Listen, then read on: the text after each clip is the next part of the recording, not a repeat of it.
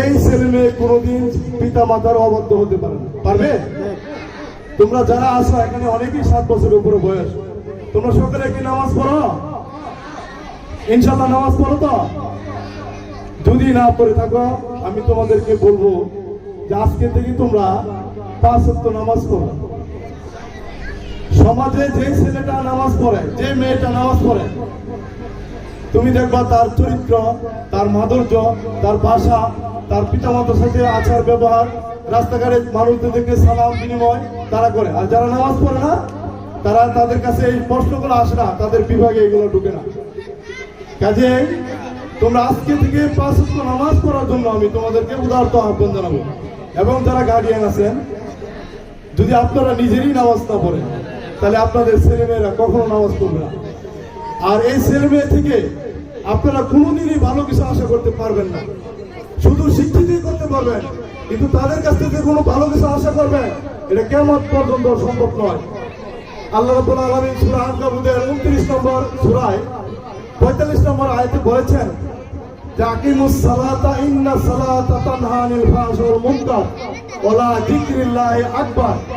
আপনারা যারা গার্ডিয়ান আছে, আপনারা কি চান যে আপনাদের ছেলে মেয়েগুলো ভালো হোক? আল্লাহ রাব্বুল আলামিন বলেছেন ইন্নাস সালাতা তানহা আনিল ফাহশা ওয়াল মুনকার।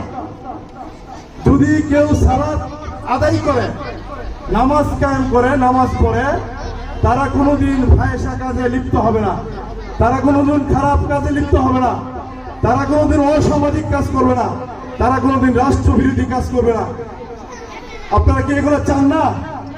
যদি আপনারা সেগুলো চান, আপনারা প্রতিটা ছেলে এবং মেয়েদেরকে নামাজ শিখাবেন। আমি অত্র স্কুলের পরিচালক বিন্দু, শিক্ষক বিন্দুকে আমি আহ্বান জানাবো, যখন নামাজের সময় আসবে আপনারা নামাজের জন্য একটি ব্যবস্থা করে দিবেন। আমরা চাই এই বাংলাদেশে প্রতিটা শিক্ষা প্রতিষ্ঠানে এভাবে নামাজ চালু হোক, প্রতিটা কলকারখানায় এভাবে নামাজ প্রতিষ্ঠিত হোক, বঙ্গভবনে এভাবে নামাজ প্রতিষ্ঠিত হোক, থানাতে এভাবে নামাজ প্রতিষ্ঠিত হোক। প্রতিটা অঙ্গনে যদি এভাবে নামাজকে প্রতিষ্ঠিত আমরা করতে পারি, এদেশে ইনশাল্লাহ এদেশে কোনো বৈষম্য থাকবে না, এদেশে কোনো মাদক থাকবে না, এদেশে কোনো চাঁদাবাজ থাকবে না, এদেশে কোনো খুনি থাকবে না। এই দেশটা একটা সোনার মদিনা আল্লাহ রাসূল যেভাবে কায়েম করেছিলেন, আমাদের এই দেশটা একটা সোনার বাংলায় পরিণত হয়ে যাবে। আমরা কি চাই না এই দেশটা সোনার বাংলা হোক? তোমাদের দ্বারাই সম্ভব, তোমরাই আমাদের ভবিষ্যৎ, তোমাদের দ্বারাই সম্ভব এই দেশকে সোনার বাংলাদেশ গড়া। আমি কথা দীর্ঘায়িত করবো না, আমি আসলে শারীরিকভাবে একটু অসুস্থ। সকলের কাছে দোয়া চেয়ে আমি আমার সংক্ষিপ্ত আলোচনা শেষ করছি।